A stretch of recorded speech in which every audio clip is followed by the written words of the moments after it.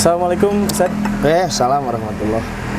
Baik Ustaz, ini ada teman-teman yang nanya di media sosial tentang bagaimana Islam membawa konsep kaya dan miskin, Ustaz. Baik. Berbicara tentang konsep kaya dan miskin, kita harus bisa meninjau dari dua sisi. Pertama dalam perspektif sosiologis, yang kedua dalam perspektif teologis. Kalau dalam perspektif sosiologis, konsep kaya dan miskin itu selaras dengan konsep kesenjangan sosial. Jadi kesenjangan sosial itu adanya perbedaan, jurang pemisah, ketidakseimbangan, begitu ya, di dalam lapisan-lapisan sosial masyarakat. Sehingga nanti kita akan mengenal apa yang disebut dengan stratifikasi sosial. Stratifikasi sosial itu berbicara mengenai bagaimana perbedaan lapisan dalam kelompok sosial masyarakat yang sifatnya hierarkis, yang sifatnya vertikal ke atas. Makanya ada kaya, ada miskin, begitu kira-kira. Karena stratifikasi sosial didasarkan beberapa faktor. Ada perbedaan keturunan, perbedaan kekuasaan, perbedaan pendidikan, dan perbedaan kekayaan itu sendiri.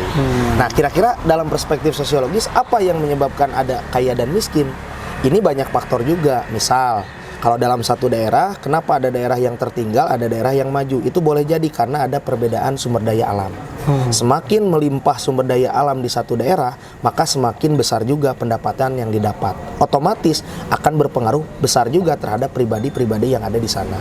Yang kedua, boleh jadi karena faktor letak geografis. Semakin dekat dengan kekuasaan, dengan pusat perkotaan, maka semakin besar juga income dan lain sebagainya. Itu kalau dalam perspektif sosiologis. Nah, bagaimana kalau Islam memandang kaya dan miskin? Secara teologis, berbicara kaya dan miskin dalam perspektif Islam itu bagian daripada sunatullah. Artinya sesuatu yang sudah berdasarkan ketetapan atau takdir dari Allah.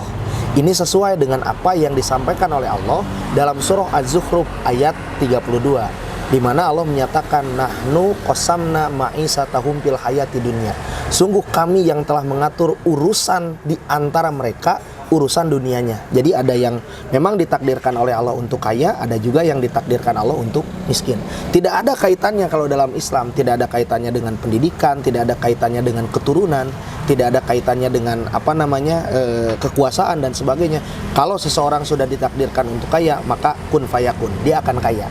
Tapi kalau seseorang ditakdirkan untuk miskin, kun fayakun juga, pasti dia akan miskin. Tetapi yang tidak boleh lupa, kaya dan miskin itu adalah ujian.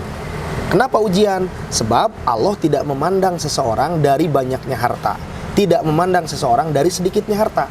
Yang kaya itu mulia di sisi Allah, yang miskin juga mulia di sisi Allah, selama dia bisa naik level, melewati ujian-ujian yang telah ditetapkan oleh Allah. Maka apa yang menjadi ukuran bagi kaya dan miskin dalam perspektif Islam? Yang jadi ukuran adalah ketakwaannya. Makanya kata Allah, inna akramakum indallahi atqakum.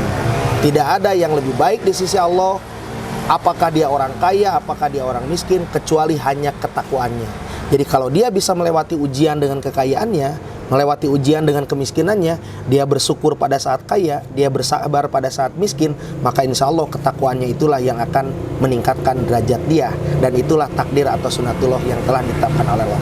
Begitulah Islam memandang kaya dan miskin. Baik, terima kasih. Terjawab sudah Ustaz, terima kasih. Baik, Assalamualaikum warahmatullahi wabarakatuh. Assalamualaikum warahmatullahi wabarakatuh.